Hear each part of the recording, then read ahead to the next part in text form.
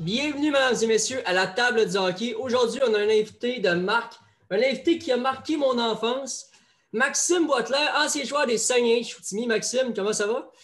Ça va bien, Jean-Michel, toi, comment ça va? Ça va super bien, merci. Écoute, moi, je pense qu'on va rentrer vite dans le vif du sujet parce qu'avant d'aller au Saguenay, tu étais à Sherbrooke, avec les Castors de Sherbrooke, les défunts Castors de Sherbrooke. Puis moi, il y a quelque chose que je me demande, comment c'était là-bas? Parce que l'équipe a disparu complètement de la map quelques années après. Oui, écoute, j'étais à Sherbrooke il y a 1 an et demi. C'était vraiment bien, honnêtement. C'était une belle ville étudiante, beaucoup de choses à faire. Peut-être trop de choses à faire, parce que dans le fond, il n'y avait pas beaucoup de gens au game. C'est sûr qu'on ne gagnait pas non plus beaucoup, là, mais là, je crois là, pas cette année, mais les autres années, l'an passé, l'autre d'avant, il y avait une équipe gagnante, donc il y avait un peu plus de gens. Mais non, c'était vraiment le fun de jouer à Sherbrooke. Là. Quand il y avait du monde dans le barn, comme on dit, là, souvent on avait 6000 personnes, là, ça paraissait. Puis, j'aimerais savoir, ben là, tu viens de le mentionner, il y avait comme trop d'affaires à faire. Toi, en étant un jeune, tu préfères-tu avoir trop d'affaires à faire ou pas assez d'affaires à faire? Ben, c'est sûr que quand tu es au cégep, on s'entend que Sherbrooke, il y a un cégep, il y a 2 cégeps. Il y a une université, il y a Bishop Université.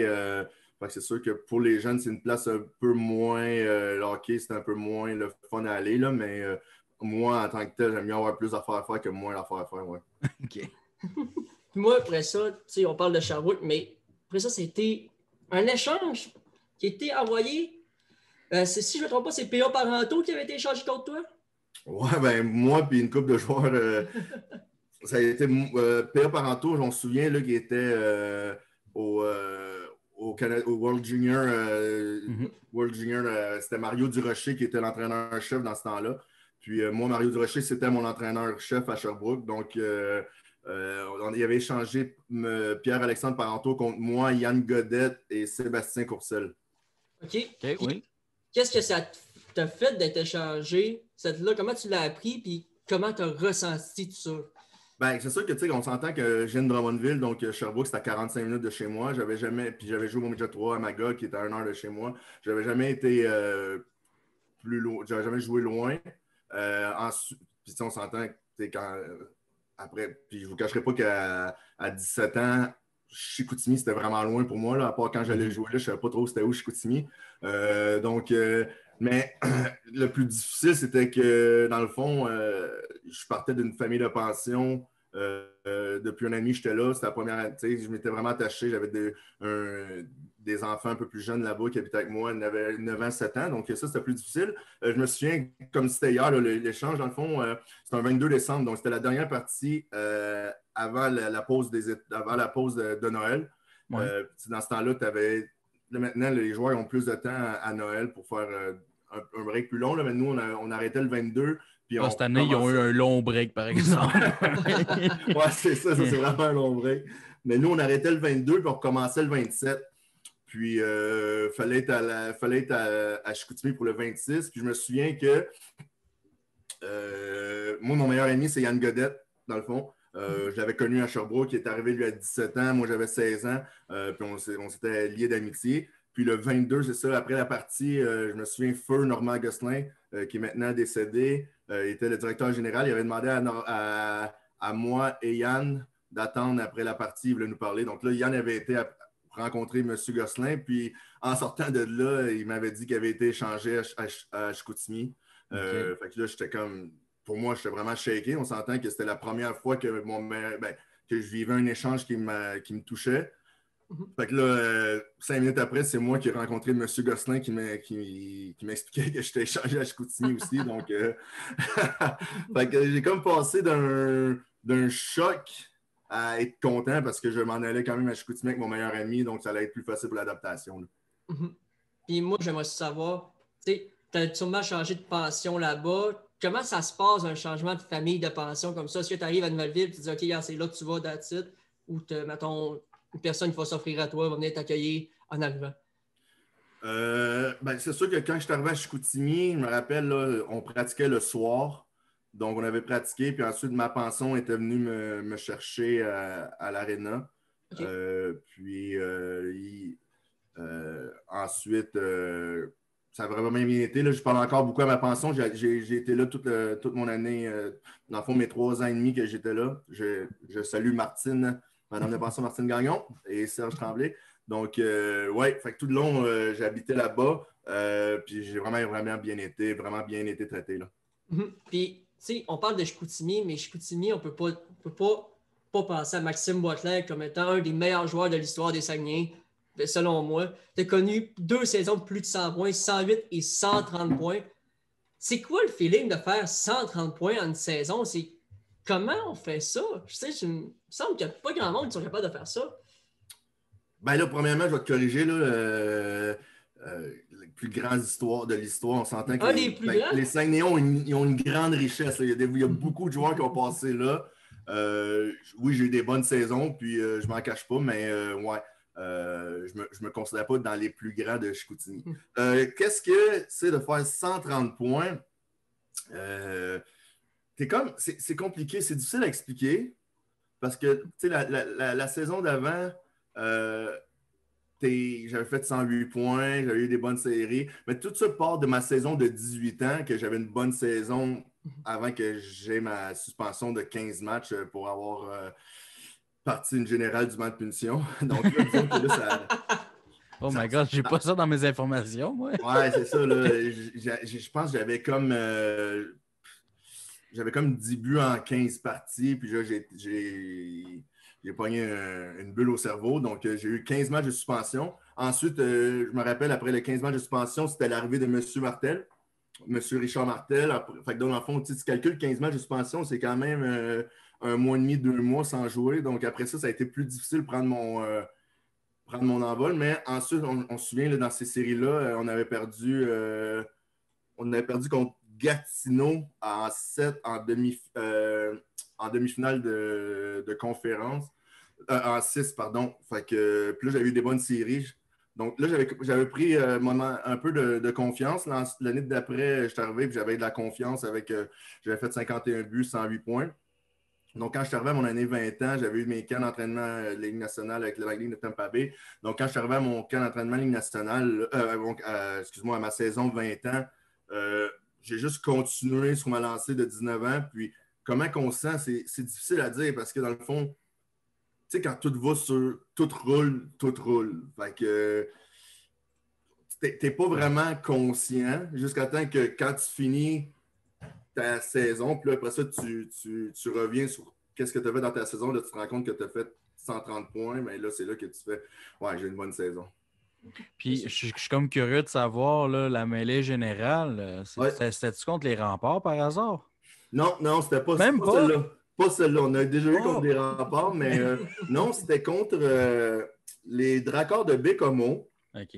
Puis c'est quand même bizarre parce que dans le fond, juste pour expliquer la générale, c'est que notre coach, c'était M. René Matt.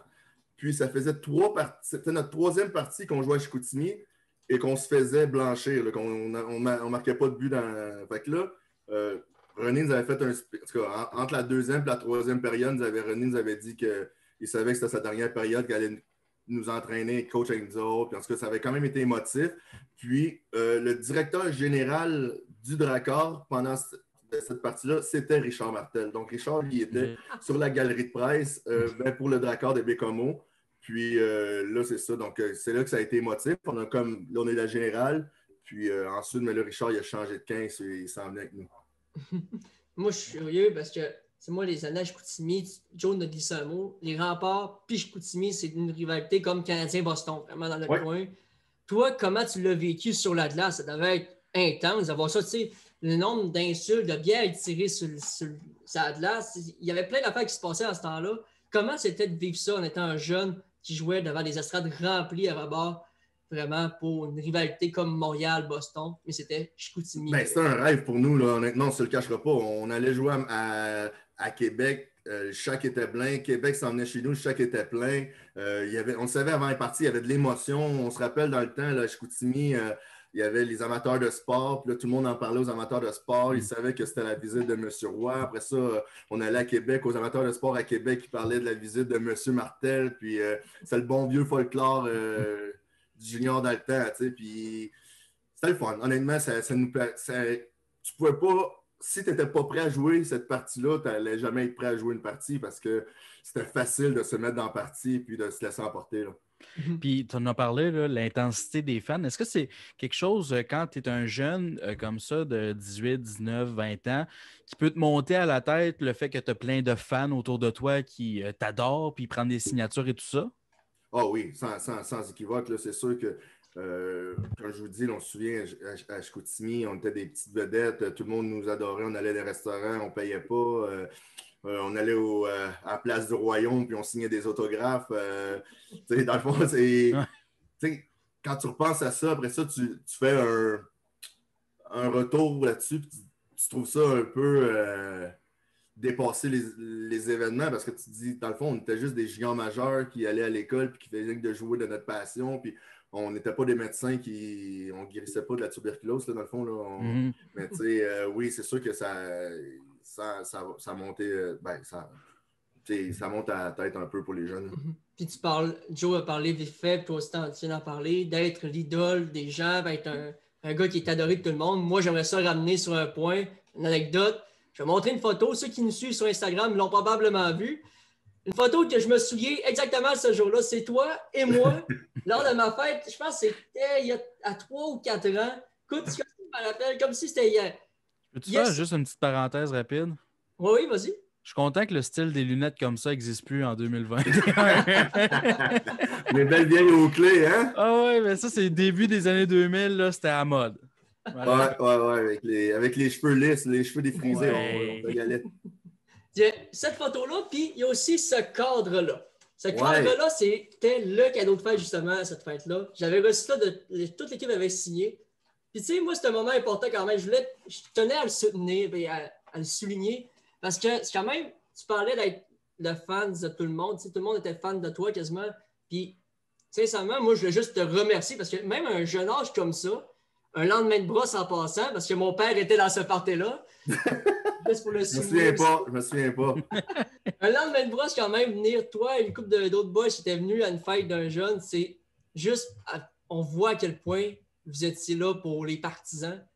Vous étiez là pour la population, puis c'est apprécié de la population. Oui, mais la population nous en donnait beaucoup. Puis moi, je me rappelle, je n'ai jamais ça d'en donner aussi à la population. Je me rappelle, on allait dans les écoles lire des livres, on allait dans les écoles jouer avec les jeunes. Je me souviens aussi, j'ai été à une autre fête aussi, là, la famille Belland, Dominique Belland, puis Will, puis Vincent. J'avais été à leur fête. Ben justement, Vincent est dans le chat, puis il nous écrit, le Max dans le temps, il était venu à ma fête, je vais m'en souvenir toute ma vie.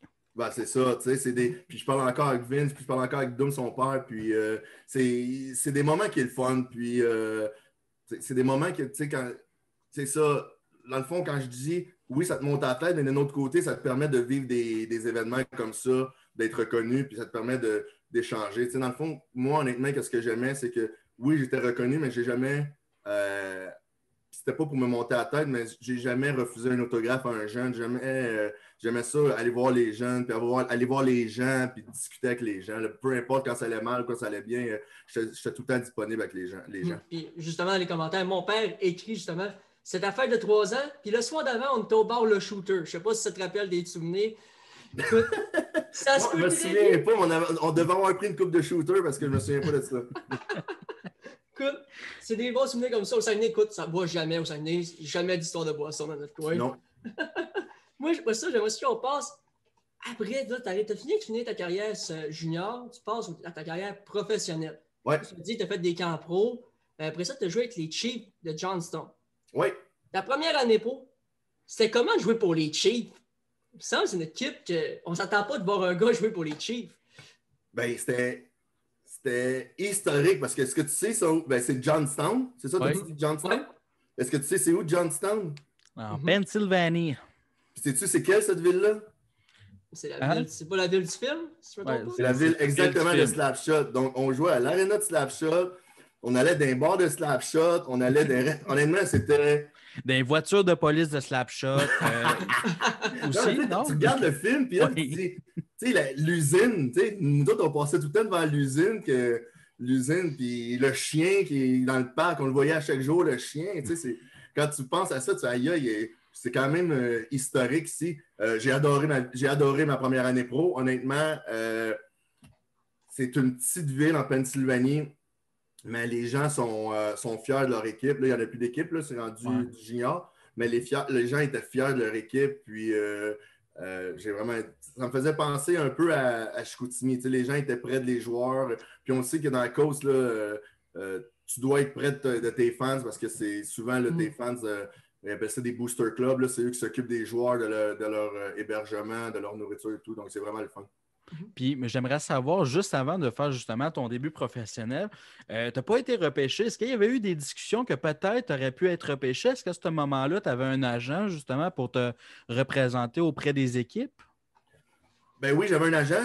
Dans le fond, moi, j'ai tout le temps été représenté par Alan Walsh. OK, oui, on connaît. Lui de Marc-André Fleury. Oui, c'est ça. Mais celui qui s'occupait de moi, c'était plus Normand Conway, celui qui s'occupe des gars du Québec. OK. Puis, comme je te dis, à mon année 17 ans, ça allait, je ne vous cacherai pas que ça allait bien. Je pense qu'à 17 ans, mon année de draft, la première liste, je suis listé deuxième ronde. OK. Ensuite, j'ai eu. C'est ça, là, dans le fond, j'ai été échangé à Chicoutimi. Puis je ne vous cacherai pas quand je vous dis que pour moi, Chicoutimi, c'était comme le bout du monde. Là. Moi, je ne savais pas c'était où. Puis ma première, dans le fond, de Noël jusqu'à. On avait perdu en mars cette année-là en première ronde contre Batters en 4. Puis je ne vous cacherai pas, j'étais comme en dépression. Là. Moi, j'allais à l'école, j'allais au hockey, puis après ça, je retournais dans ma chambre, puis je me disais, c'est où que je suis ici? Puis on s'entend que. Puis après, quand tu repenses à ça, après ça, j'ai adoré mes années à Chicoutimi, j'y retourne tout le temps, puis tout. Mais quand c'est la première fois que tu y vas, il y a à peu près 45 pieds de neige, il fait à peu près moins 48, ton char part pas. Arrive en plein milieu décembre, à la fin décembre même. C'est ça, puis je me rappelle en plus, c'est la première fois que je prenais le parc avec ma voiture moi-même. Puis j'avais été avec une petite anecdote de même, j'avais été avec mon meilleur ami Yann qu'on suivait et j'avais pogné le clos dans le parc. Oh non. Fait que là, j'étais là. J'espère dans cette route-là, il y avait une place pour faire. C'est quoi qui se passe ici, là, tu sais? Donc, disons que ça avait mal commencé. Là, en plus, on sait que j'ai jamais été reconnu pour mon patin. J'arrive sur une patinoire olympique. Je trouvais ça grand. Aïe, qu'est-ce qui se passe? Fait que dans le fond, tout ça pour te dire qu'à mon année de 17 ans, là, j'ai pas été repêché. Mon année de 18 ans, là, j'allais bien. Puis après ça, j'ai fait la connerie de suspension de 15 matchs. J'ai pas été repêché. À 19 ans, là, j'ai été invité à mon camp à Tampa Bay. Puis à 20 ans, j'ai signé avec Springfield, les Falcons de Springfield en Ligue américaine. Donc, oui, j'ai eu des pourparlers, mais j'ai plus eu des pourparlers pour des essais professionnels. OK. Puis, t'as-tu juste fait le camp à Tampa Bay ou t'en avais fait d'autres? Non, j'ai 2 ans pour Tampa Bay. 2 ans pour Tampa Bay, puis c'était comment d'aller au camp, au gros camp là-bas? J'ai pas été au gros camp parce que j'avais juste un contrat de Ligue américaine. OK. Puis, dans le fond, là, c'était John Tortorella dans le temps. Là. Fait que John n'aimait pas ça, les gars qui. John amenait juste des gars qui étaient presque sûrs de faire l'équipe ou qui se battaient pour un poste. OK. Ouais. Parce que c'est juste après, justement, leur Coupe Stanley. Exactement, l'année d'après, oui. Ouais. Okay. Donc, il était quand même pack, là. On ne se le cachera pas que c'était pas une petite équipe non plus, là. Non. Mais je me rappelle, j'avais été dans un camp d'été à Tampa, puis il y avait une couple de joueurs là-bas, puis c'était du hockey, là. Je vois de haut niveau. En effet, oui. Puis j'aimerais ça savoir, justement, après ton année à Johnstown, pourquoi tu as décidé d'aller dans la Ligue nord-américaine? Ça a été une erreur de parcours, de jugement, de jeunesse. Parce que, dans le fond, j'avais des offres Ligue américaine. Je n'avais pas d'offre Ligue nationale. Tu sais, j'avais une bonne saison East Coast. Ouais. J'avais monté en Ligue américaine, ça n'a pas bien été. Dans ce temps, ben, tu sais, quand tu es plus vieux, là, présentement, je suis rendu à 35 ans, je suis capable de faire une rétrospective de ma carrière. Là. Mais j'ai tout le temps, dans ce temps-là, j'allais tout le temps comme pour l'argent. Okay. Au lieu de grinder out, de dire, OK, je vais prendre mon temps, je vais travailler fort, au pire, je vais être dans East Coast à 500$ par semaine, je vais avoir ma chance. Je me rappelle, c'était dans le temps du semi-pro à Saint-Hyacinthe, je faisais comme 1200$ par semaine là, à faire 2 games puis une pratique. Là. Oh. Donc, tu as 21 ans, je crois, 22 ans. Tu te fais offrir ça ou tu te fais offrir de retourner dans la course à 900$ par semaine. Fait que là, j'ai comme fait, ah! Fait que là, j'ai resté là. Ben, je dis pas que ça a été une mauvaise idée parce que je regrette pas je regrette mon choix d'être resté Ligue nord-américaine parce que j'ai régressé en tant que joueur, mais j'ai adoré mon temps dans la Ligue nord-américaine avec l'équipe qu'on avait, puis les gens que j'ai pu rencontrer, puis comment j'ai été traité là-bas. Là. Puis les saisons qui ont suivi après, tu as souvent fait la navette entre le Québec, la Ligue nord-américaine, justement, et les États-Unis. J'aimerais ça savoir, c'est comment de faire de toujours devoir changer d'adresse. Tu as fait plusieurs années que tu changeais plusieurs fois l'adresse. C'est comment? Ben, ça revient encore à la même idée, hein? Ça revient encore à la même. À la même. À la même chose, hein, quand je jouais aux États-Unis, là, je me rappelle, une année, le Saguenay m'appelle, il m'offre un bon contrat. Là, je voyais comme pas d'ouverture, puis j'étais comme, bah, OK, fait que je suis revenu au Saguenay. L'autre année d'après, je m'en vais, je pense que j'étais rendu à Central. Puis là, je pense que c'est Lois Jinx qui m'appelle ou Sorel, je m'en souviens plus. Là, j'ai comme, il m'offre un bon contrat, je reviens. Tu sais, c'était tout le temps l'appât du gain, l'appât de l'argent, que je voyais l'argent facile. Fait que, tu sais, ça, c'est un de mes grands regrets en tant que joueur. Tu sais, j'aimais ça comme jouer dans la cause, puis au pire, prendre 4-5 ans dans la cause. Puis, tu sais, c'est là que je me suis rendu compte quand j'étais dans la cause, il y avait beaucoup de joueurs que eux, c'était des gars de 27, 28, 29 ans, mais eux, ils avaient été collégial. College aux États-Unis, excuse-moi. Pas collégial au Québec, mais college aux États-Unis.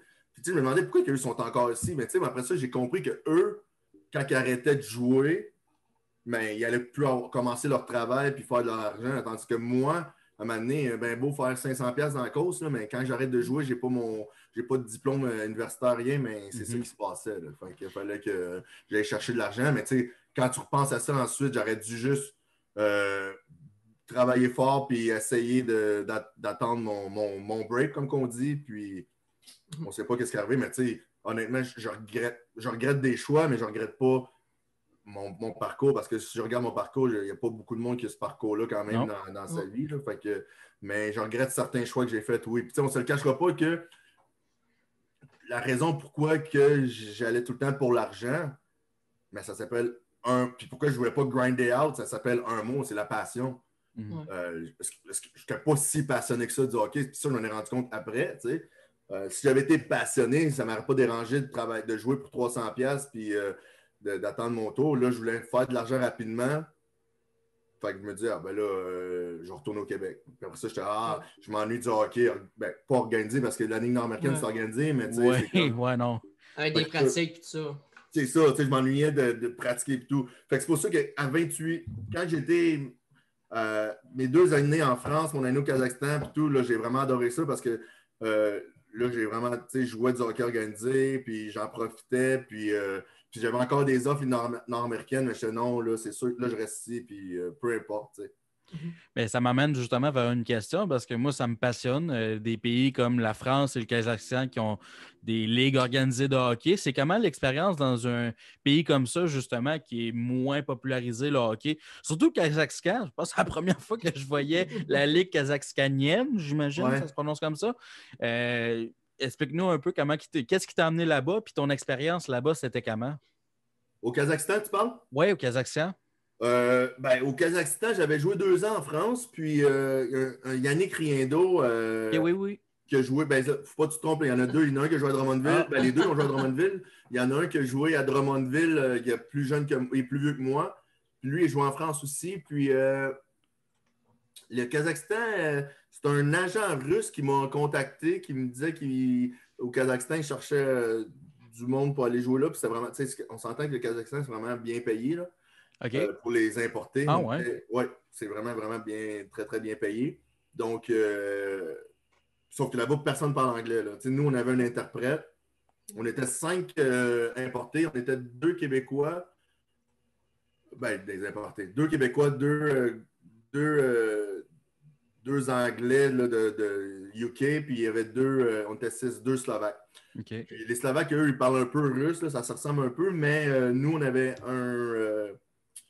un interprète d'impratique qui était derrière. Dans le fond, il nous expliquait le coach nous expliquait, puis il y avait notre interprète qui était à côté qui nous expliquait qu'est-ce qu'on faisait. Pendant un game, il était sur le banc, notre interprète nous expliquait quand le coach voulait nous parler. Donc, ça, c'est vraiment la grosse différence. Là. Tu joues au hockey, puis il y a tout le temps, tu comprends absolument rien quand ton coach te donne la marde. Tu comprends à un moment donné par ses yeux. Là, tu te dis, ouais, d'après moi, j'ai pas fait un bon jeu. Le non-verbal parle plus que le verbal. C'est ça. Mais j'ai adoré ça. Là-bas, au Kazakhstan, il n'y a pas de noir. OK, oui. Donc, j'étais comme une. Je te cacherai pas, j'étais vraiment une vedette. Là, la police prenait des photos avec moi, puis j'étais comme j'étais une bête de cirque. Là, je te cacherai pas que le monde voulait prendre des photos, voulait faire des entrevues avec moi. Puis, mais c'est vraiment un pays dangereux. C'est pas dangereux. C'est un pays. Parce que le pays est vraiment riche. Le gouvernement est vraiment riche, mais les gens sont vraiment pauvres. C'est les alentours, on était considérés comme des gens riches. C'est comme aller dans un resort dans le sud 5 étoiles, puis tu vas dans la ville après. C'est ça. Fait que, nous, j'avais mon propre chauffeur parce que, c'était dangereux de prendre les transports en commun. Même si des fois, je les prenais, tu te regardais parce que le monde, déjà que j'étais noir, le monde me regardait bizarrement, là, je te cacherai pas, là, mais c'était vraiment, moi, j'adorais ça. Puis ça va m'emmener un peu sur le sujet en même temps parce qu'aux États-Unis, présentement, c'est le mois, c'est le Black Month, History Black Month, je pense. Oui. Puis j'aimerais savoir, toi, en tant que noir, est-ce que ça t'a déjà intimidé, commencer à jouer au hockey ou jouer au hockey simplement? Parce que je sais que des fois, ça peut être les partisans, ça peut être les joueurs adverses. Il peut arriver plein d'affaires.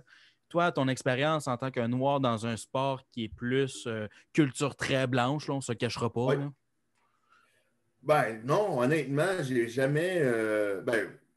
Oui, mais tu sais, dans le monde du hockey, il se dit tellement d'affaires. Là, sur une glace, honnêtement, sur une glace, les joueurs sont vraiment plus respectueux. Peut-être parce que j'étais imposant aussi, mais je crois que les joueurs, on est très respectueux. Je ne te cache pas que dans les estrades, tout dépendait aux États-Unis. Des fois, j'étais allé dans certains États que. L'ascenseur ne se rendait pas tout le temps en haut. Là, fait que, là j'en ai entendu des vertes, des pommeux, mais ça m'a jamais vraiment affecté. Je vais être bien franc avec toi. Là, je savais d'où que je venais, puis j'avais été bien élevé, puis ça ne m'a jamais affecté. Je suis pas mal plus affecté. Tu sais que présentement, je suis rendu père. Là, j'ai 2 enfants. Donc, pour eux, je suis pas mal plus affecté pour eux. Parce que, tu sais, eux, des fois, je peux. Tu sais, quand tu es un parent, là, tu veux tout le temps protéger tes enfants, là, mais pour moi, ça a bien été. Puis justement, depuis 2 ans, le mot diversité ressort de plus en plus dans l'entourage du hockey. On pense juste aux histoires de Hakim Aliu, le Black Lives Matter, les séries l'an passé qui ont été annulées pendant quelques rencontres. Comment, selon toi, que ce soit la NHL ou la LHMQ, peut aider justement ce mouvement de diversité-là? On ne se cachera pas que la meilleure façon, c'est d'en parler. Oui. C'est juste d'en parler. Puis le problème, c'est que je sens qu'on en parle juste quand il y a un incident. Et ensuite, ça retourne. Plus personne n'en parle. Là, il y a un autre incident, là, on en parle, là, plus personne. Tu sais, je crois qu'il faut éduquer les gens. Il faut en parler, puis régulièrement, des bombes. Tu sais, comme là, là c'est le mois des Noirs. Puis là, je trouve que c'est important d'en parler, pas juste le mois des Noirs. Puis pas juste les Noirs, la diversité, on s'entend, là. Oui. Mais il faut en parler souvent, puis moi, les Indiens aussi, moi, un des bons amis, c'est Frank Véropol, puis lui aussi, il était victime de racisme, puis je trouve que on n'en parle pas assez. On en parle juste quand il y a des mauvais coups. Il faudrait en parler quand il y a des bons coups. Il faudrait en parler tout le temps pour que le monde, à un moment donné, il change, là. Justement, tu parlais de Véropol, on l'a reçu, vous voyez plus bas, un peu en bas, un de nos invités de la première saison. Encore une fois, un de tes coéquipiers qui est Sagné. Moi, j'aimerais ça revenir sur la France. Vraiment, tu nous as dit des mots tantôt. C'est comment de jouer en France? Parce que, veux pas, quand tu penses à France, tu penses à soccer, ou football, comme ils l'appellent. C'est comment d'être un joueur de hockey en France, vraiment, de pouvoir dire mon sport, c'est le hockey, puis le monde ne va pas vraiment savoir c'est quoi, veux pas là-bas. Mais, surprenamment, la France, le monde sont plus. Ils connaissent plus le hockey qu'on croit. Il y a beaucoup de fanatiques de hockey en France. Souvent, là, je me souviens que mes coéquipiers ou mes amis de là-bas, ils regardaient les matchs de la Ligue nationale en pleine nuit parce qu'il y a le time zone difference. Là. Eux autres, là, c'est vraiment important pour eux. La plus grosse différence que j'ai vécu en France, c'est pas la fanfare, là, les partisans qui chantent tout le temps comme au soccer, puis que ça doit être le fun. Les drums, puis j'ai adoré ça. Il y a de l'ambiance tout le temps. Puis, mais puis là, on s'entend que le hockey français devient de plus en plus évolué aussi. Là. Donc, non, il y a des belles villes en France qui ont du bon hockey et que les gens sont vraiment passionnés. Puis moi, j'aimerais savoir, y a-t-il un joueur français sûrement qui t'a surpris le plus quand tu es arrivé là-bas? Parce que il y a un nombre d'importés maximum, les autres, c'est des joueurs français. Est-ce qu'il y a un joueur qui t'avait marqué de dire ce gars-là, pourquoi il n'y a jamais personne en Amérique du Nord? C'est sûr que souvent les joueurs français ne veulent pas non plus aller en Amérique du Nord. OK. Fait que ça, c'est la différence. Mais je me rappelle un Florian Hardy. Lui, c'était un gardien de but qui était très bon. Le gardien, je ne me souviens plus son nom, le gardien de but à Rouen, lui, il arrêtait tout, là, dans le fond. C'est sûr qu'en France, on s'entend que les meilleurs joueurs, c'est tout le temps les importer. Ben là, peut-être plus maintenant, mais quand je jouais, moi, c'était tout le temps les importer. Mais ensuite, il y avait comme des joueurs des Slovaques ou des Tchèques, eux, ils étaient là, mais ils n'étaient pas considérés comme importés. OK. Mais oui, c'est sûr qu'il y a des Français là, que j'ai joué contre. Bellemare. Comme Bellemare, lui, c'est un Français qui était très bon aussi. Est-ce que ce gardien de but, ça serait Fabrice Lenry? Oui, Fabrice Lenry, c'est ça. Parfait. Lui, il était excellent. Il était excellent, excellent. Lui, je me suis dit pourquoi il n'est pas au Nord-Américain. C'est un petit gardien de but. Okay. C'est ça, j'ai remarqué qu'en Europe, les gardiens. C'est sûr que Cristobal Luec était quand même gros, là, mais en France, les gardiens étaient tout petits, mais ils étaient rapides. Ouais. C'est ça la différence, parce qu'on s'entend qu'en France, c'est pas physique, il n'y a pas beaucoup de monde qui vont devant les filets, donc ils peuvent voir les rondelles et tout, tandis que Nord-Américains, là, c'est des gros bonhommes qui leur cachent la vue. Là. Puis, depuis 2013, tu as commencé ta carrière en tant qu'entraîneur-chef. Tu as commencé, j'avais l'information, dans le Bantam 3A. Oui. Puis, en même temps, tu continues pareil ta carrière de joueur dans la Ligue nord-américaine. C'était comment de faire les deux en même temps? Honnêtement, le plus dur en tant que joueur de hockey, c'est d'arrêter. Ouais. Tu ne veux jamais arrêter. Fait que moi, c'est ça qui me permettait de coacher puis de jouer en même temps. C'était comme... Ça m'a permis de... Puis en plus, là, j'ai commencé à travailler. Donc, ça m'a permis d'un peu de faire mon deuil. Mais tu sais, comme... tantôt, on parlait là, que junior, t'es adulé puis que t'es comme une petite vedette. Après ça, tu joues pro, t'es une petite vedette. Fait, du jour au lendemain, j'aime pas ça dire ça, là, mais tu tombes un no-name que personne te connaît ou peu importe, là, c'est difficile. T'sais, on s'entend qu'il n'y a pas beaucoup de personnes là, qui prennent leur retraite avec une conférence de presse puis qu'ils reçoivent le bâti. Honnêtement, souvent qu'il y a beaucoup de monde qui arrête parce qu'il y a une blessure. C'est rare que les gens on va arrêter de jouer par notre propre terme. Comme, OK, je suis tanné de jouer, j'ai tout fait ce que je voulais, j'arrête. Souvent, tu vas être comme poussé à l'extérieur. Le meilleur exemple, Jaromir Jagr, qui joue encore. Non, mais c'est ça. Lui, il pourrait jouer jusqu'à 60. C'est ça, on s'entend là-dessus. Fait que, pour répondre à ta question, dans le fond, j'aimais ça, mais à un moment donné, le problème, c'est que là, je coachais, là, je jouais. Puis là, donné, pendant 2 semaines, je ne pouvais pas jouer parce que je coachais. Puis après ça, j'allais jouer. Puis là, à un moment donné, mes performances se détérioraient. Puis là, ma shape, elle se détériorait. Puis là, je devenais un joueur frustré parce que je savais que je pouvais jouer mieux que ça, mais je ne jouais pas à la hauteur de mes attentes. Puis je ne jouais pas comme que je pouvais, étant donné que, surtout quand on s'entend que nord-américaine, une pratique par semaine, si tu fais une pratique par semaine puis tu ne joues pas pendant un mois, mais à un moment donné, tu le sais. Là. Fait que c'est plus ça. À un moment donné, je fais OK, c'est assez. La bière va prendre le dessus éventuellement. Pardon? La bière va prendre le dessus éventuellement. Oui, ben c'est ça. Fait que maintenant, je fais tout assez. Puis j'avais ma famille aussi. Donc, Puis souvent, tu sais, je coachais, puis quand que je coachais pas, mais je jouais, fait que j'étais jamais à la maison les fins de semaine. Puis moi, il y a une question qui me vient en tête, parce que moi, je travaille pour une équipe de hockey. Ceux qui me connaissent, ils savent que je travaille depuis longtemps. Puis là, il y a un coach qui jouait senior cette année.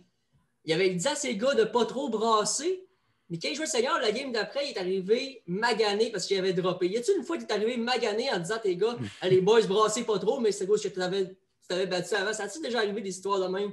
Tu te dis, hey, tes boys, brassez pas, mais la game d'avant, tu venais de brasser. Non, ça m'est jamais arrivé. Non, moi, honnêtement, les joueurs, non, j'aurais tout le temps dit de jouer leur game puis de faire ce qu'ils avaient à faire, puis je leur ai jamais dit de pas brasser, non. Okay. Puis je suis curieux de savoir, ton parcours de coach, c'est-tu quelque chose qui était déjà planifié quand tu es arrivé justement à ce moment-là ou c'est arrivé organiquement un peu?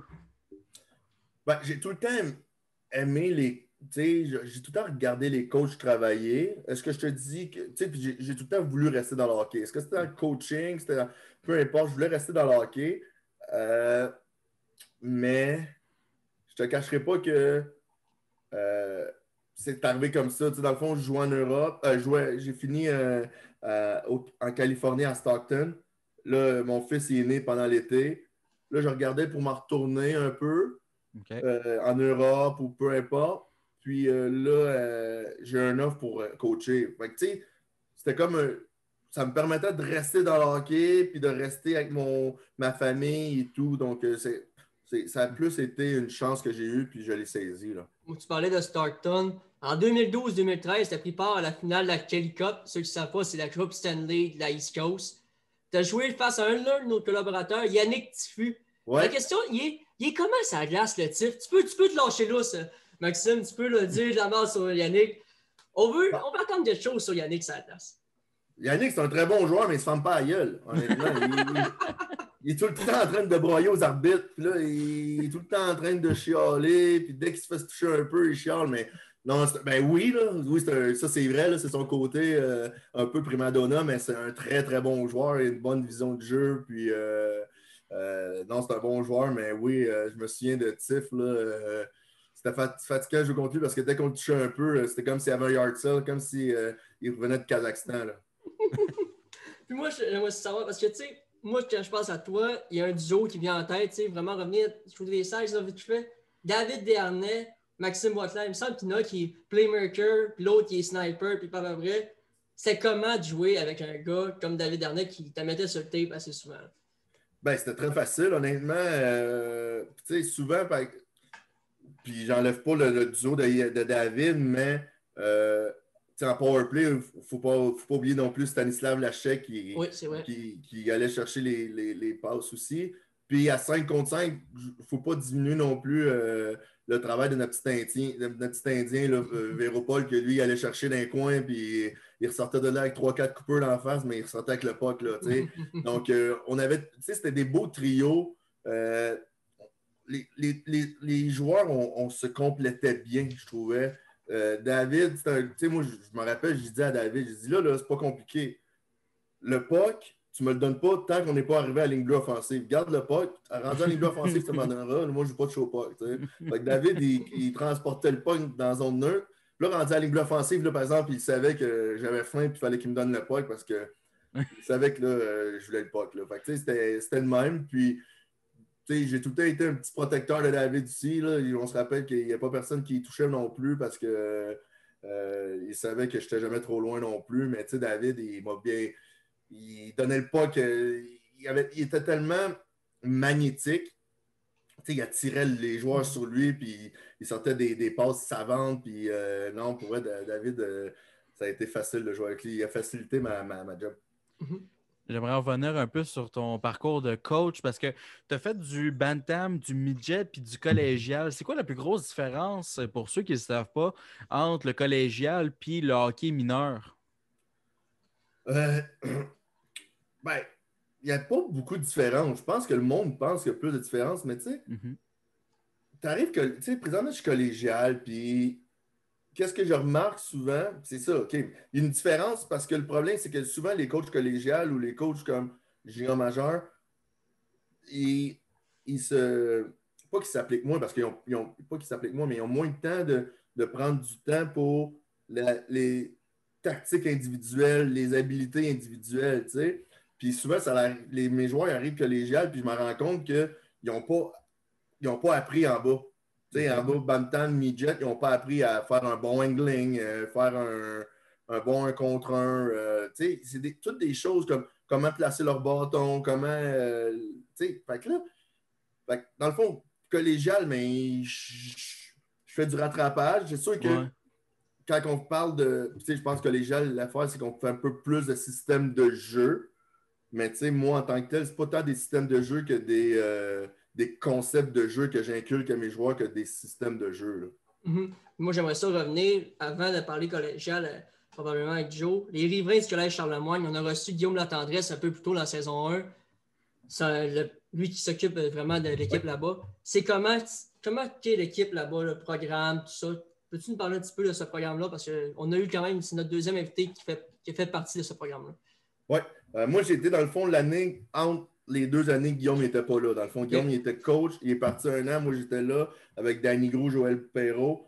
Puis là, Guillaume est revenu après. Honnêtement, les riverains, là, c'est une belle organisation. Ils sont chanceux parce que l'aréna est directement dans la cour de l'école. Ils pratiquent 5 jours semaine. Ils ont la glace pas mal quand ils veulent. Toutes les après-midi sont pour les pratiques.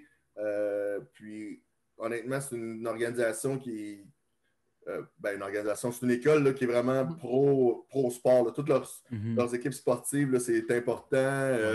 Puis, ils nous donnent aussi beaucoup là, de l'attitude là, pour les jeunes. Puis justement, présentement, tu es entraîneur-chef dans le collégial. Oui. Est-ce que tu as un rôle un peu différent? Est-ce que tu as un rôle académique avec les jeunes? Est-ce que tu regardes les notes avec les professeurs, quelque chose du genre? Oui, bien c'est sûr que collégial, là, pour regarder les notes, il faut que tu aies une permission des joueurs. Donc, je dois demander la permission. Oui, moi, j'ai aussi mon coordonnateur hockey, Sébastien Murray, que lui, dans le fond, c'est comme le lien entre moi et les professeurs. Donc, souvent, on parle aux aides pédagogiques individuelles, donc les API, pour voir. Parce que nous, dans le fond, on s'entend que collégial, si le joueur ne passe pas ses cours, il ne peut pas jouer dans la session suivante. Donc, avant la mi-session, là, on regarde les notes des joueurs pour voir où ils sont rendus, puis comment que ça va, puis pour leur donner l'aide aussi. Là, c'est très important pour. On s'entend que c'est une ligue collégiale. Là, dans le fond, l'école est beaucoup plus importante que le hockey. Je sais que des fois, les joueurs, ils ne pensent pas ça, mais le hockey, Mané va arrêter, puis l'école, mais ça va être très important pour plus tard. Puis moi, j'ai une question qui me vient en tête présentement avec la COVID-19. Comment tu tiens le moral de tes troupes avec tout ce qui se passe? Peut-être moins d'entraînement, je suppose. Qu'est-ce qui se passe? Comment tu fais pour garder le moral? Avant Noël, on était chanceux. Nous, on était en zone jaune orange avant Noël, en Abitibi. Donc, on a pu pratiquer normalement, régulièrement. Et puis, on a aussi pu jouer nos matchs contre le Midget 3, les Forestiers d'Amos. Mais depuis Noël, là, c'est sûr que là, la façon que je fais, c'est que on fait des entraînements virtuels avec notre entraîneur privé 2 fois par semaine. J'ai aussi fait en sorte, étant donné que le hockey, c'est un petit monde, là, ça m'a permis de faire aller un peu mes contacts. Puis, j'ai été chercher 2 joueurs. À chaque semaine, j'ai un conférencier qui vient parler aux joueurs puis qui vient discuter avec les joueurs. À date, j'ai eu André Bouvet-Morissette, que lui, il a joué collégial à La Flèche, puis qu'il s'est rendu à l'Union américaine. J'ai eu aussi Pierre-Luc Veillette, que lui a joué collégial à Sorel, puis que là, il joue NCAA Division 1. Fait que, là, j'ai voulu aller chercher des joueurs que les gars pouvaient se reconnaître là-dedans, qui ont joué collégial, puis leur montrer que le collégial, c'était pas une fin en soi. La semaine passée, j'ai eu Bruno Gervais, qui est venu leur parler là, de son parcours, puis de la résilience, de la persévérance. Cette semaine, mercredi, j'ai Raphaël Pouliot, le scout de Vegas, qui vient nous parler de c'est quoi la vie de scout, puis c'est quoi que les scouts ils regardent. Puis la semaine prochaine, j'ai Maxime Talbot qui vient nous parler de son parcours. Donc, j'ai gardé un peu de même mes boys. Là. C'est quand même intéressant de savoir que tu vas chercher des conférenciers. Puis s'il y a certains de tes joueurs qui nous écoutent, je vous invite à aller écouter l'entrevue avec Kevin Dufault, justement, lui, passé collégial, s'est rendu professionnel. Super intéressant. Il en parle un peu dans l'entrevue. Vous pouvez le retrouver sur notre page Facebook, Spotify, toutes nos plateformes est là. Fait que si ça peut les intéresser, d'aller écouter ça. Parfait. Allez-y, c'est super intéressant. Il parle de son parcours, justement, entre le collégial et le professionnel. Donc, Joe. Puis présentement, là, c'est collégial, mais est-ce que tu prévois éventuellement peut-être universitaire et la GMQ NHL ou pour le moment, tu envisages vraiment avec ces jeunes-là de rester assez longtemps là-bas? Mais vois-tu, si je fais un lien avec ce que je te parlais tantôt, Mhm. tu sais, je me suis vraiment j'ai vraiment changé de place souvent. Puis là, présentement, je suis bien. Tu sais, là, j'ai le goût de, de De faire ma place, bâtir? de bâtir quelque chose à la même place, puis d'être à la même place longtemps. Euh, ça, c'est un des regrets que j'ai eu en tant que joueur aussi. J'aurais aimé ça jouer 5, 6, 7 ans dans la même ville, puis de bâtir quelque chose dans cette ville-là, puis de laisser ma marque dans la même ville. Tu sais. Là, qu'est-ce que j'aime ici, c'est que c'est la deuxième. Ben là, ça va être c'est ma deuxième année en tant que coach. C'est la troisième année du programme. Mais tu sais, moi, j'ai pris le programme, là, il était presque neuf, là, dans le fond. Donc, tu sais, je suis en train de vraiment de mettre mes empreintes sur l'équipe, puis de faire ma fondation. Puis c'est ça que j'aime ici, puis j'ai le goût de rester ici longtemps. Puis j'ai mes enfants aussi qui sont de jeune âge, là, de 5-7 ans. Je te cacherai pas que est-ce que je veux, tu sais, plus jeune, peut-être que je voulais être Ligue junior majeure, mais tu sais, je trouve que junior majeur, les entraîneurs sont. Junior majeur, c'est soit que tu le fais avant que tu aies des enfants ou que tu le fais quand tes enfants sont rendus vieux, tu sais. Parce que c'est beaucoup, beaucoup de temps, puis tu n'es pas souvent à la maison, tu sais.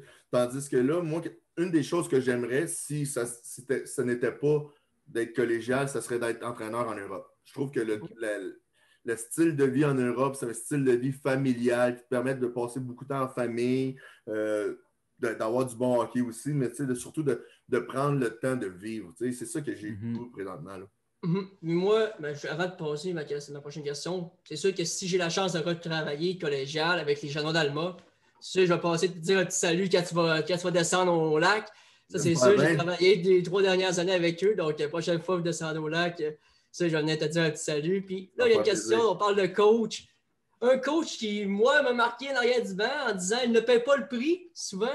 Je ne sais pas si ça dit quoi. Richard Martel, peux-tu quelque chose qui t'a marqué vraiment? L'ami Richard, hein? Hey, j'ai beaucoup de choses là. Ben, beaucoup de choses. Richard, ça a été un personnage marquant dans ma carrière. Tu sais, c'est de l'ancien. C'est du folklorique un peu comme que je parlais tantôt. C'est de l'ancien temps. Je suis sûr que Richard, il y a des choses qu'il ne referait pas, puis il y a des choses qui. Mais il y a des choses qu'il a fait qui a rendu des joueurs meilleurs, puis qu'il y a d'autres choses qu'il doit regretter présentement. Qu'il doit regretter présentement, mais tu sais, comme. C'est sûr qu'il y a des affaires qu'il ne pourrait pas faire en 2021. Non, mais c'est ça. Tu sais, à un moment donné, il y a beaucoup de choses on s'entend qu'on ne peut plus faire grand-chose en 2021. Là. En tant que coach, non. Tu sais, une des choses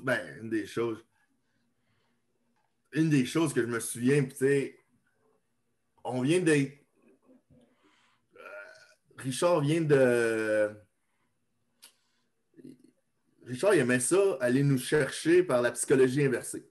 OK. Tu sais, je me souviens, ça, c'est vraiment le folklore là, dans le temps. Là. Je ne suis pas sûr qu'ils font encore ça. Là. Avant les games, là, il y avait tout le temps 2 tableaux. Il y avait le tableau de l'autre équipe, puis il y avait le tableau de nous autres, avec les lignes de l'autre équipe, les lignes de nous autres. Puis là, Richard, il pognait lui, puis là, il était là. OK, là, je sais pas, je vois que. Bécomo. Fait qu'il était là, OK, là, Jean-François Jacques, Maxime Boisclair, c'est qui je prendrais? Puis là, il allait te chercher de même. Hein, puis là, lui. Puis là, il lui passait un après l'autre, tu sais. Puis tu sais, il était comme, lui, je prendrais lui, il a bien plus de grit que Boisclair. Boisclair, il est soft, puis nanana, tu sais. Puis là, mais il ne parlait pas à toi, là. Il parlait comme dans les airs. Comme s'il pensait qu'on n'était pas là, mais tu sais, hey, Richard, je suis là, je suis à côté, tu sais. Puis là, c'est là, il allait nous chercher. Puis il me rappelle un moment donné, on est à Bécomo encore, OK? Plus, c'est mon année de 18 ans. Il y a moi, Dernay, puis Francis Lemieux sur le même trio. Puis là, ça va pas bien. Puis là, ça va pas bien, on joue pas bien notre trio. Puis je pense que c'est le premier match en revenant de Noël, genre, le 26 ou 27. T'sais. On a encore de la tourtière dans la bédaine. On n'est pas tous là. T'sais. Et là, Richard, puis là, tu le vois qui marche en arrière du banc. Puis, il parle fort, mais il nous le dit pas à nous autres, mais il parle fort. Puis là, il dit ma première ligne n'est pas là à soir, ça leur tente pas. Ça leur tente pas à soir. Puis là, ils sont pas bons. Dernier bois clair, le mieux. Ils sont pas bons. Et là, tu sais, à chaque fois qu'on revient au banc, il continue à marcher. Ça leur tente pas. Non. Puis là, un moment donné, mon dernier, puis le mieux, on se regarde. Puis là, désolé mon langage, on se regarde, on dit. Hey, on va-tu y faire ma gueule, là, un peu? Et là, on embarque sur le jeu. Bang, on en met un dedans. Là, on revient au banc. Bon, peut-être ça leur tente, là. Mais je suis pas sûr. Là, il dit, c'était peut-être un coup de chance. Ça leur tente peut-être, je sais pas. Et là, on se regarde encore. Bang, on retourne, on en met un autre dedans. Bang, on retourne, là, on dit, OK, c'est bon, Richard, t'as-tu compris, là? Fait que là, tu sais, je pense que là, il avait compris, puis tu sais, il y avait un petit sourire dans le coin parce qu'il savait qu'il avait fait sa job. Richard, c'était le même. C'était beaucoup la motivation. Il allait te chercher, puis il allait chercher le meilleur de toi, puis il était là, mais te le montrer que t'as pas, qu'est-ce que tu dis, t'as pas rapport. C'était Richard. Mais, tu sais, ça, Richard, c'est un phénomène, là, je me souviens, puis dans les warm-up, on était dans les playoffs contre Val d'Or. Richard, lui, il avait un bâton. Pose-moi pas de questions pourquoi il avait un bâton. Il avait un bâton pas coupé, pas de tape dessus. Ouais, lui, son bâton de il n'était pas coupé, puis il n'y avait pas de tape dessus. Ça ne servait absolument rien parce que Richard ne touchait jamais au puck. Peut-être des fois, il tassait une puck une fois de temps en temps, là, mais d'après moi, son bâton, il a eu sa première année qu'il a coaché parce qu'il était en bois jusqu'à sa dernière année. Là. Il n'a pas cassé aucune palette là, avec un bâton. Là. Puis, là, Richard, là, je me rappelle, là, il nous faisait patiner, puis là, il tapait sa glace, puis là, il regardait partout parce que là, Val d'Or, il courait en haut, puis faisait le warm-up, puis là, Richard était excité. Mais tu sais, ça, c'est Richard. Il aimait ça avoir le spotlight. Le spotlight, mais je pense qu'il aimait ça avoir le spotlight pour nous enlever de la pression. OK. Parce qu'il savait qu'en mettant un spotlight sur lui, c'est pas les joueurs qui allaient avoir de spotlight, mais tu sais, quand tu as 17-18 ans, puis tu regardes ton coach en train de taper partout dans les vides, puis ça glace, tu te dis, d'après moi, lui, il y a quelque chose qui se passe pas en haut, là, parce que ça fait le pas, là. Mais ça, c'est Richard, tu sais. Je pourrais t'en nommer d'autres, là, mais Richard, c'est... Il allait te chercher profondément, là. Il pouvait... Des fois, ça pouvait être presque personnel, mais je suis pas sûr que c'est... Ouais. Maintenant, je ne suis pas sûr qu'il ferait ça, là, mais dans le temps, là, ça peut être des fois pas loin d'être personnel. Y a-tu des affaires de lui, justement, que tu as pris pour ton coaching, mais peut-être pas les affaires extrêmes, là, on s'entend, là, mais des petites affaires, justement, l'affaire de mentalité, la psychologie? Ben, oui puis non, parce que la façon que Richard y allait, la façon qu'il allait nous chercher à la psychologie inversée, je suis pas sûr qu'on pourrait faire ça présentement. Ouais. Parce que là, présentement, ça serait comme un peu de l'intimidation. T'aurais une couple d'emails de parents, je suis pas mal sûr. C'est ça, mais tu sais, j'ai quand même pris ça, parce que Richard, c'est un passionné du hockey. Donc, j'ai pris ça. Tu sais, Richard, c'est un travaillant, puis il passait beaucoup d'heures à l'aréna, puis il cherchait beaucoup de... Puis Richard, c'est deux Richard. Tu sais, c'est ça que le monde ne comprenne pas. Il y a deux Richard. Il y a Richard devant la caméra, devant l'équipe. Il y a le Richard dans le bureau. Tu sais, souvent, Richard, il me donnait de la marde devant les joueurs, puis il me ramassait, puis il me ramassait. Puis là, j'allais dans le bureau, puis là, il était là, tu sais, tu le sais, mais là, faut que je te donne la marde devant les autres, tu sais, parce qu'il dit là, t'es notre scoreur, fait que là, si je donne la marde devant les autres vont dire, OK, là, il donne la marde à notre scoreur, fait qu'il faut il va nous donner la marde, tu sais. Puis, tu sais, Richard était vraiment beaucoup plus humain à 1 contre 1 que devant un groupe. Devant un groupe, c'était comme, il y avait une image à garder, puis il fallait qu'il montre que c'était lui le boss, nanana. À 1 contre 1 dans le bureau, il était beaucoup plus parlable, c'était plus un dialogue qu'un monologue. OK. Puis, juste un petit tour commentaire là, avant de passer à ma dernière question. JF Doré, Jean-François Doré, un de nos invités de la première année, recruteur des Foreurs de Valeur. Je confirme que Maxime fait un excellent job avec son club en Abitibi. Fait que, encore une fois, je pense qu'il prouve juste lui. Il envoie plusieurs des games de hockey tout au long de l'année. Puis il confirme qu'il fait un excellent job. Donc, encore une fois, c'est un compliment à prendre. Puis sincèrement, merci, JF. je le félicite encore une fois. J'aimerais savoir, chez nous, à toutes les fois qu'on reçoit un invité, pour la dernière question, je lui pose sa prédiction pour le prochain match canadien. Qui va gagner? Parce qu'on a un pool de prédictions. Okay. Savoir, faut que tu dis qui gagne. Le prochain match, c'est Toronto contre Montréal. J'aimerais savoir qui gagne Toronto. Pardon? J'ai les deux chandails, c'est pour ça que je... Ouais, ton chandail pas trop beau rouge, là. Tu peux le mettre un peu de respect. Veux-tu voir le nom en arrière en plus? Ouais, montre-moi donc ça. Oh my, Tony. Moi, en tout cas, les seuls souvenirs que je me rappelle de Québec, c'est qu'on les a à 19 ans. Mon ami 19 ans qu'on les a éliminés à la maison. Dernier match, je pense que c'était 9-1. Une volée. Ça, c'est le fun à entendre. C'est sûr, mais on a gagné la Coupe Mémorial éventuellement. Fait que... c'est correct. Tu as gagné la Coupe Mémorial parce qu'il y avait deux équipes. Tu n'as pas gagné la Coupe Mémorial, là. Moi, le livre d'histoire, il dit Coupe Mémorial Québec, 2006-2007. On va le prendre. On va le prendre. Qu'est-ce que je dis? Canadien, Toronto. Ouais. J'y vais avec un 5-4 Canadien. Oh, OK. Quand même. Puis en même temps, ça va m'emmener à la question. Es-tu un fan du Canadien? Tu as grandi en écoutant quelle équipe, toi? J'ai grandi en écoutant les Nord. J'étais un fan du Canadien. C'est un gros mot. J'étais un fan du Canadien parce que mon père, c'était un fan du Nordique. Fait qu'il fallait que je sois fan contre lui. Mais après ça, j'ai pas été tant fan jusqu'à un moment donné, j'aimais bien Pittsburgh, Lightning de Tampa Bay parce qu'il y a beaucoup de Québécois. Fait que, je m'identifiais là-dedans. Puis là, j'ai recommencé à être fan du Canadien à cause que là, mon gars, il trippe. Il trippe le Canadien, mais tu sais, mon gars, il. Tu sais, tantôt, là, c'est drôle parce que tantôt, quand on parlait de. Quand t'es joueur de hockey junior, là, t'es comme sur un piédestal puis tout, là. Ouais. Et mon gars, lui, me ramène quand même très rapidement sur terre parce que.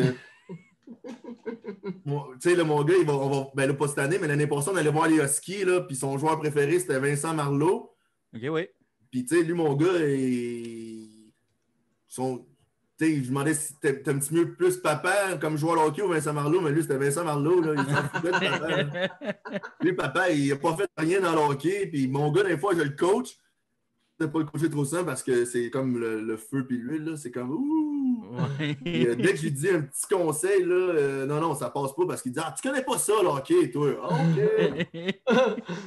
Fait que je dis c'est beau, Maddox. Fait que là, je passe par son coach, puis je dis la même affaire. Puis là, il le fait, là. Mais quand c'est papa, il connaît pas ça, le hockey, lui. Puis, juste avant de te laisser partir, il y a quelqu'un dans les commentaires qui a écrit salut les boys, salut Maxime. C'est Antoine Mercier qui le dit. J'ai d'arriver. Maxime, head coach pour le ECHL à Trois-Rivières. Est-ce que ça pourrait être quelque chose de possible un jour? Ben, c'est sûr que c'est quelque chose qui pourrait être intéressant. Trois-Rivières, c'est une belle ville. La ECHL, je trouve que c'est une belle... Je pense que c'est une ligue méconnue. Tout le monde pense que la ECHL, c'est une beer league, là, mais honnêtement, les joueurs qui sont là, ils travaillent fort pour monter. Honnêtement, moi, j'ai joué dans East Coast. Puis les gars qui sont là, ils ont beaucoup de talent. Puis c'est souvent des gars qui ont joué junior majeur. C'est souvent des gars qui ont joué universitaire américain, universitaire canadien. Donc, c'est un beau calibre. C'est des gars qui veulent apprendre. C'est des gars qui là, qui ont beaucoup de upside hockey. Le couteau d'un dent. Hein, oui, c'est ça. Couteau d'un dent. Ben, Maxime, 1000 fois merci d'avoir accepté l'entrevue. Ouais. C'est super le fun de pouvoir parler de ta carrière. Encore une fois, tu es le bienvenu quand tu veux. Tu viens jaser avec nous. Hey, pas de problème, messieurs. Merci de m'avoir reçu, honnêtement. Puis, je suis content d'avoir pu boucler la boucle de la photo. Yes. Puis, comme je voulais dire, là, dans le fond, j'ai hâte que le hockey recommence puis que le gigant, puis qu'on puisse se retourner dans les arénas, là, que je puisse emmener mon petit gars, ma petite fille au Saguenay. Ils ne sont jamais venus encore pour leur montrer le centre Georges Vézina, puis de leur montrer où papa il a évolué. Là. Fait que j'ai hâte de les faire un petit tour. Puis si vous me voyez au Saguenay ou au Lac-Saint-Jean, n'ayez pas peur de venir me voir. Là, ça va me faire plaisir de vous une petite brin de jasette. Parfait, tu vas voir les remparts aussi? Non. Les remparts, c'est non. C'est ça, cette équipe-là, c'est les Sags. Et voilà, les Sags. Merci, Maxime, mille fois. Merci beaucoup. Toujours un plaisir de te recevoir. Écoute, Joe, qu'est-ce qu'on peut dire de plus? On a tout le temps des bonnes entrevues, puis c'est qu'est-ce que j'adore, puis c'est qu'est-ce que j'ai glissé un peu à Maxime tantôt. Maxime, by the way, nous autres, on fait comme un recap, fait que tu peux quitter. Okay, si tu veux, tu peux quitter. Je sais que c'est pas tout le monde. Jean-Michel, faut que tu le dises aux invités, j'oublie tout le temps, ça. Je l'oublie tout le temps. Ouais, salut, boys. Salut, merci beaucoup encore une fois.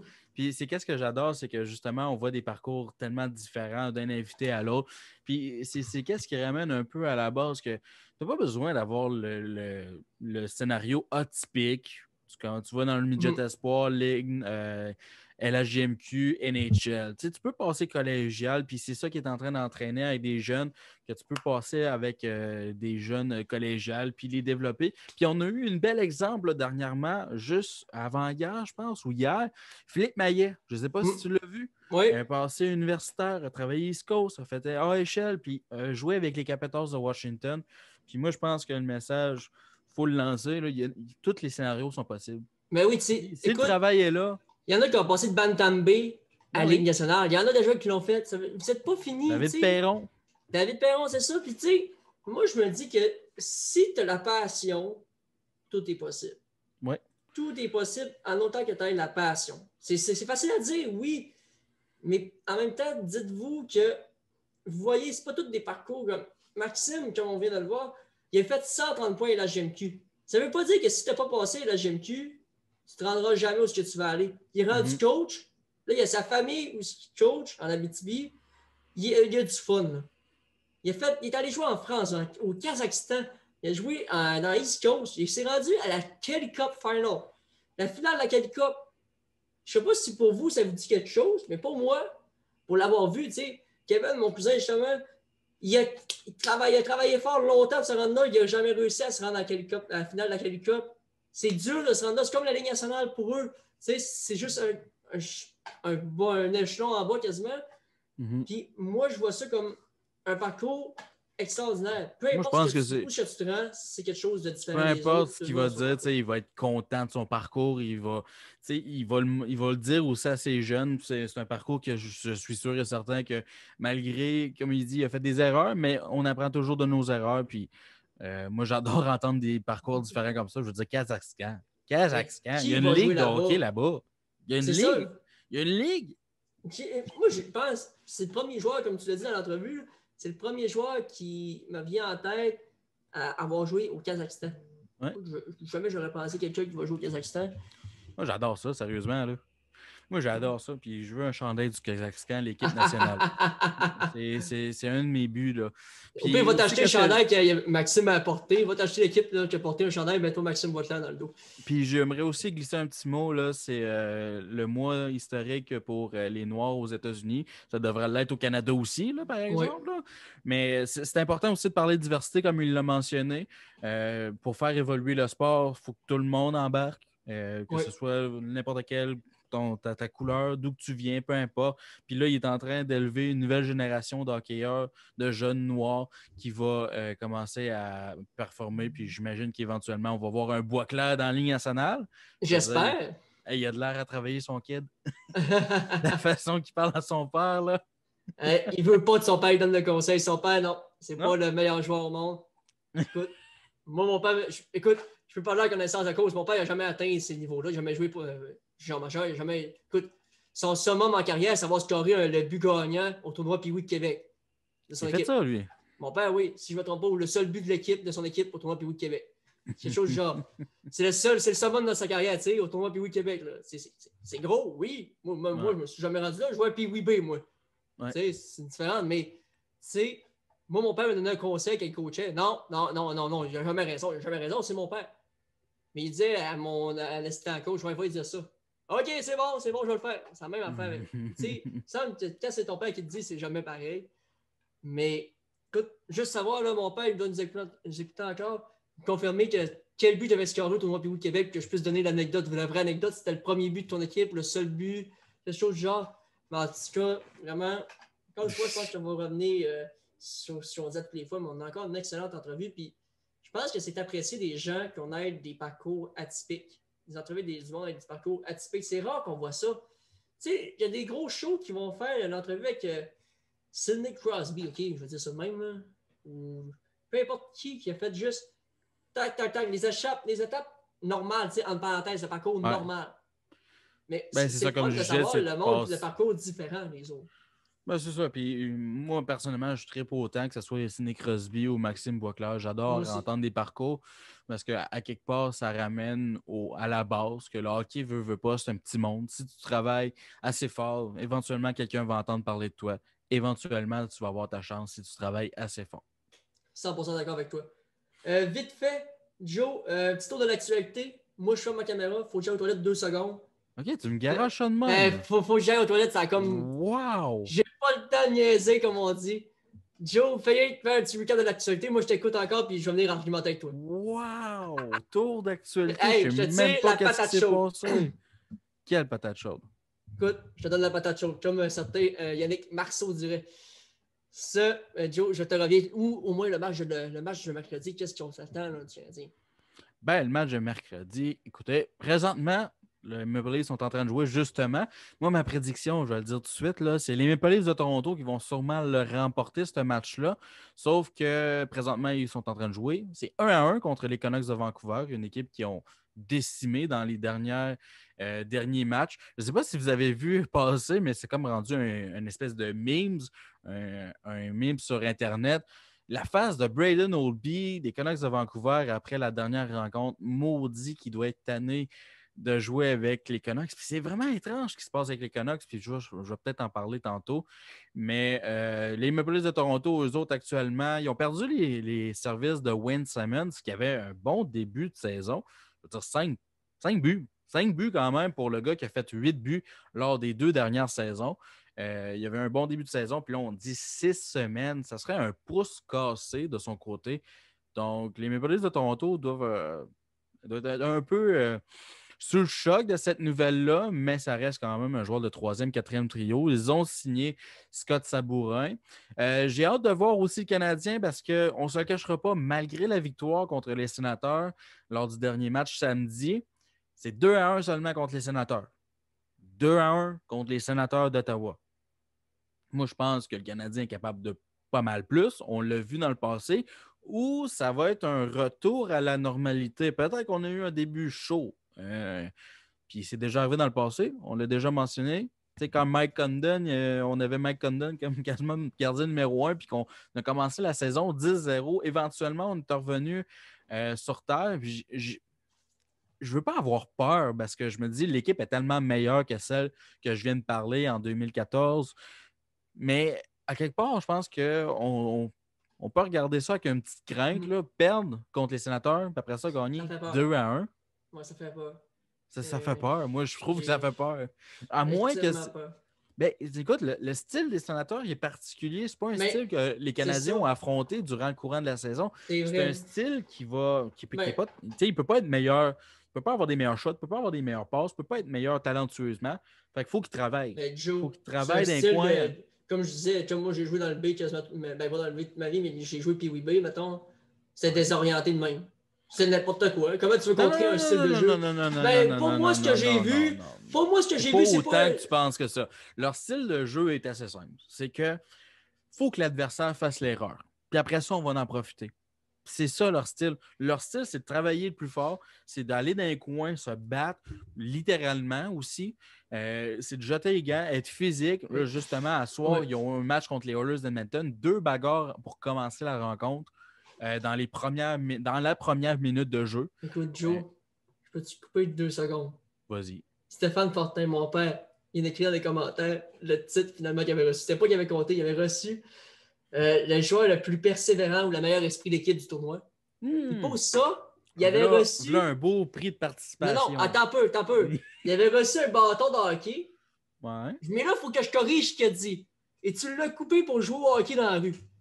Le prix qu'il avait reçu au Tournoi Week Québec, je l'avais coupé pour jouer au hockey dans la rue. Non! Je n'ai pas coupé ce bâton-là. Je vais remettre ça, je vais remettre à César ce qui revient à César. C'est mon papy qui avait coupé ça parce que j'avais plus de bâton. Il avait oublié mon bâton. Puis je suis correct parce que, anyway, je ne donnerais pas une scie à chaîne à Jean-Michel pour ça. Ouais, non, même présentement, je ne le donnerais pas à moi-même. Moi non plus. Imaginez-vous que j'étais petit. Oh non, tiens loin de ça. Mon père, il dit, disons que je ne t'ai pas trouvé drôle à la fin. C'est normal. Le prix de Tigre au Tournoi Week Québec, normalement, t'es fier de l'avoir, puis moi, ton flot va le couper. Ouais, c'est correct. C'est un bâton, c'est un bâton. Tu en achètes un autre au Canadien Tower, puis tu fais semblant que c'est lui. Là. Encore mieux pas désolé, papa. Je sais que tu nous écoutes. Donc, j'ai caché le prix du meilleur esprit sportif du tournoi. Mais, ouais. Fait que pour revenir aux Canadiens, j'ai fait ma prédiction.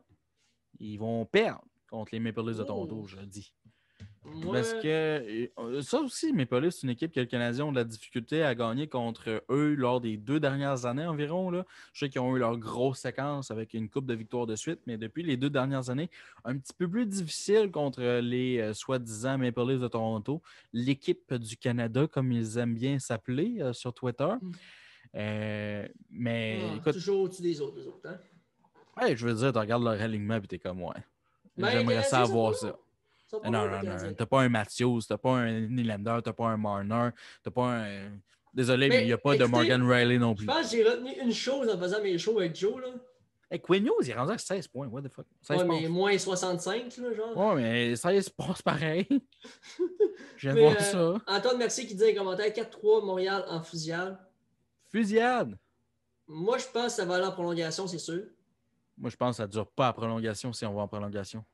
Ben, comme lors du premier match, c'est ça qui est arrivé. On est allé en prolongation. Ouais, mais moi, ça va être un match comme le premier match, mettons. Les Canadiens vont prendre le lead, ils vont se rattraper, ça va aller en prolongation, puis je ne sais pas c'est qui va gagner.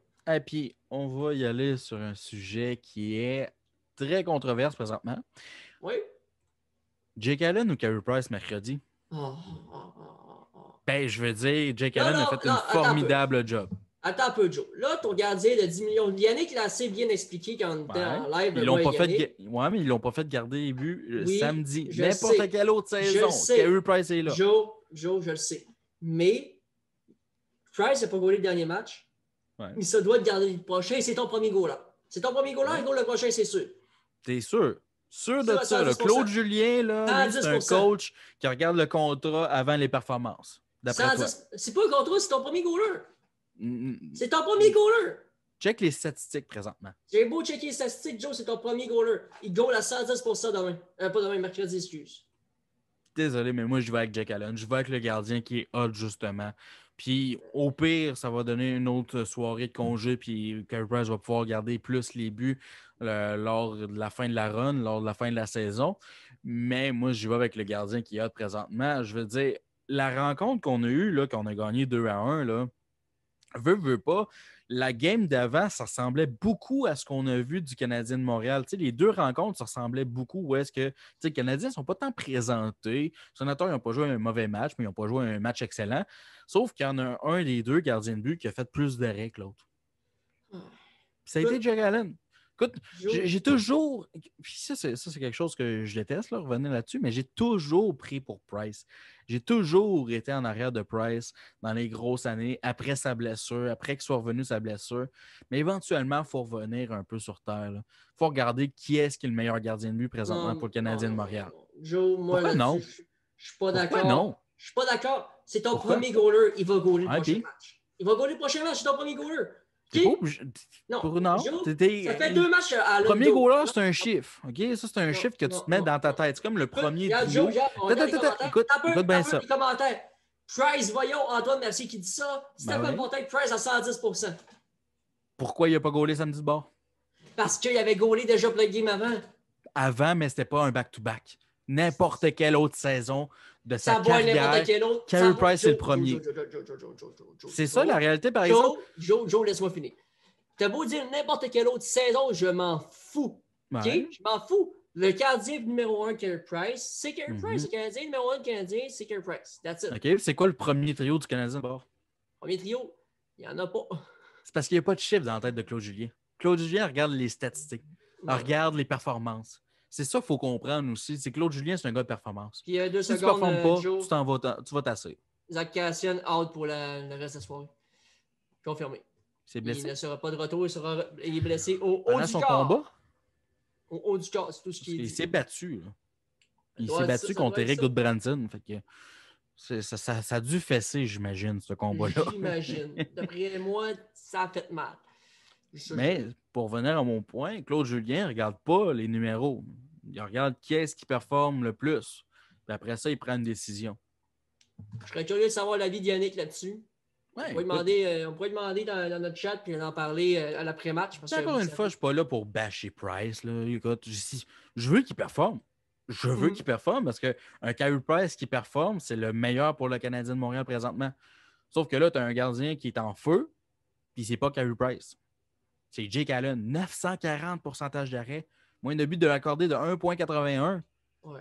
Puis il y a des rencontres que l'équipe, c'est la même équipe que ce soit Price ou Allen devant le filet. Mais tu sais, Joe, je vais apporter un point là-dessus, là, mais Allen, des fois, il y a des saves qui fait que je suis Christy qui était chanceux. Price aussi en a beaucoup cette saison. Il y en a beaucoup, mais les deux ont beaucoup de chance. Ben oui, mais les deux un bon gardien de but va toujours faire sa chance. C'est la réalité. L'arrêt de Marc-André Fleury là, en finale de la Coupe Stanley en 2009, quand il se garoche d'un côté, c'est de la chance que ça le touche. Veux pas. Des arrêts du bout du bâton, c'est de la chance. Être gardien de but, c'est de la chance. C'est ça qu'il faut comprendre aussi. Il y a du talent, il y a du positionnement, mais il y a beaucoup un facteur chance. Tu sais, quand la rondelle dévie 3-4 fois et ça touche la barre horizontale, c'est de la chance. Le hockey, c'est un sport de chance. Beaucoup plus que n'importe quel autre sport. Est-ce que c'est ce save-là que tu parles? Là? Juste pour être sûr. De Marc-André Fleury. Ben, lui qui se garoche à droite, là, désespérément sur un tir de Niklas Lidstrom. C'est pas de la chance. Ben, je veux dire, si Niklas, il shot à terre sur la glace, ça rentre. J'appelle pas ça de la chance. C'est ça pareil. C'est un arrêt désespéré. C'est un arrêt de désespération. Tous les arrêts de désespération, c'est parce que justement, le gars, il est désespéré puis il va essayer de l'arrêter. Il y a du talent, oui, mais il y a un facteur chance. Puis le hockey, il y a beaucoup de chance. Là. C'est un sport de chance, beaucoup, beaucoup, beaucoup. Les bonnes slugs, toutes les affaires comme ça, justement. C'est ça le sport que tu peux garrocher ça sur le long de la rampe et ça rentre dans le net pareil. Ouais, c'est vrai, c'est vrai. Imagine au soccer là, que ça ferait ça. Là. Ça va sur les lignes de côté, puis d'un coup, bang, dans le net.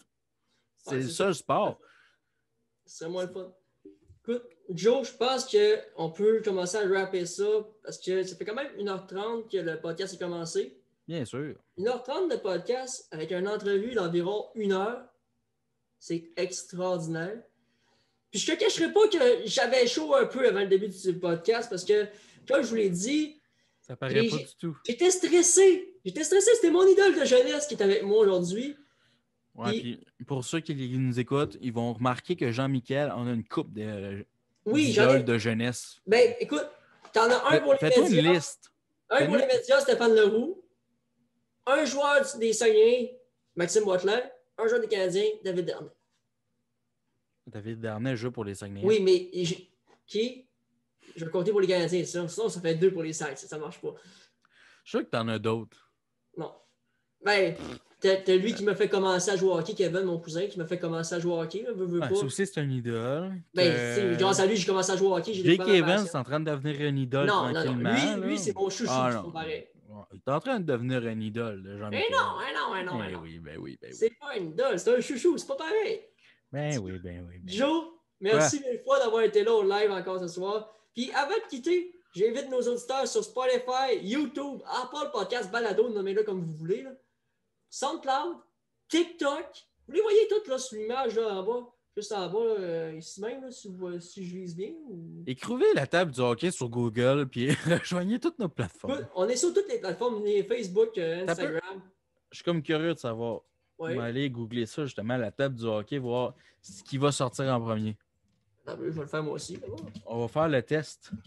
Je suis curieux de savoir. Et la première affaire qui sort, c'est notre Facebook.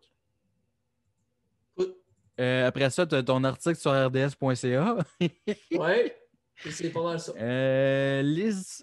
Listen Notes. Écoute, il n'y a pas grand-chose sur sur nos plateformes, On est partout. Écoute, mais on est partout. googlez la table du hockey. C'est simple. Écoute, vous avez Spotify, YouTube, Apple Podcast, SoundCloud, TikTok, Instagram, Facebook. Puis on le n'est pas Facebook. trop dérangeant en plus. Ben non, c'est vrai, on n'est pas la page qui partage à 5000 fois par jour. Là. Ouais. 1-2 fois ou 2 jours à peu près. Puis moi, je vous dis ça, je dis rien. Mais ceux qui ne le savent pas, OK, si vous nous écoutez encore là jusqu'à là, parce que je sais, j'ai reçu des messages sur Instagram. Des messages qui disaient que pourquoi vous êtes témoin, vous n'êtes pas actifs pendant la saison. Vous êtes moins actifs pendant la saison. Détrompez-vous. On est en direct après tous les après-matchs canadiens. À part les matchs qui sont à 10h, là, on fait un avant-match. Une petite différence entre les deux. Donc, restez à l'affût. Notre page Facebook est plus alimentée que les autres. Je ne veux pas. Ouais. Vous pouvez voter pour le pool de prédiction de la table du hockey sur notre page Instagram en votant en sondage en story la journée avant le match ou la journée même.